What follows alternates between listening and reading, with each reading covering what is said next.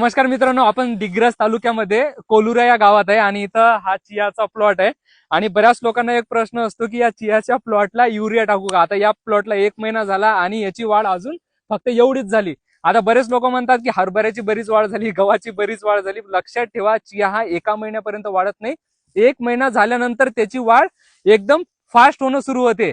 आणि बऱ्याच लोकांचा अजून प्रश्न आहे की युरिया टाकू का. युरिया टाकण्याची काही गरज नाहीये, कारण सुरुवातीला याची वाढ कमीच असते. युरिया टाकल्यानंतर त्याची अतिवाढ होते. आणि मित्रांनो, तुम्ही याला डिसेंबर मध्ये सुद्धा पेरू शकता.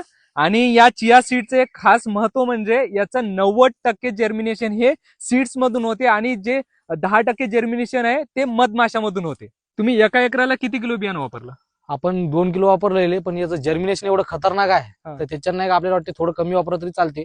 मित्रांनो, तुम्ही जर क्वालिटीचं बियाणं घेतलं तर एकरी 2 किलोपेक्षा थोडं कमी बियाणं वापरलं तरी काहीच हरकत नाही. एकूण याला पाणी किती लागते?